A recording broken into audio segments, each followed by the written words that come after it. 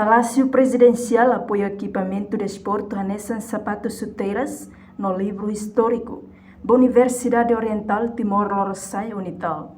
Quinta-feira, semananense, Casa Civil Bendito Freitas representa o Presidente da República, José Ramos Horta, entrega equipamento Siracne e a Unital Loran Renolo Racing Hito Fulang Abril Tinan Rihunrua Renolo Racing Tolo.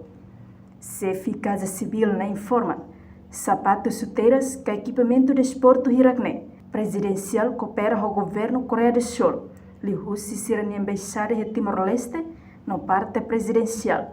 Apoio o livro da Unital para ver aumenta o volume biblioteca Universidade Nia. A da República e a parceria com a colaboração com o governo Coreia do Sul, na Belius Embaixada na Timor-Leste, foi apoio ao equipamento de esporte, nessas chuteiras, né, sapato para TV Bolania, no entrega vai à Universidade Oriental Unital. E você parte presidência, nós até livros valo, que belezai, atualmente o volume biblioteca que a Universidade Indiana atualmente sai nessa fonte de leitura, source of reading para estudantes sira, docentes sira, de referência nessa parte aí que o presidente Dr. José Ramos Horta Mos e a iniciativa importante de PEPES, atenção centralizada para o desenvolvimento do capital humano.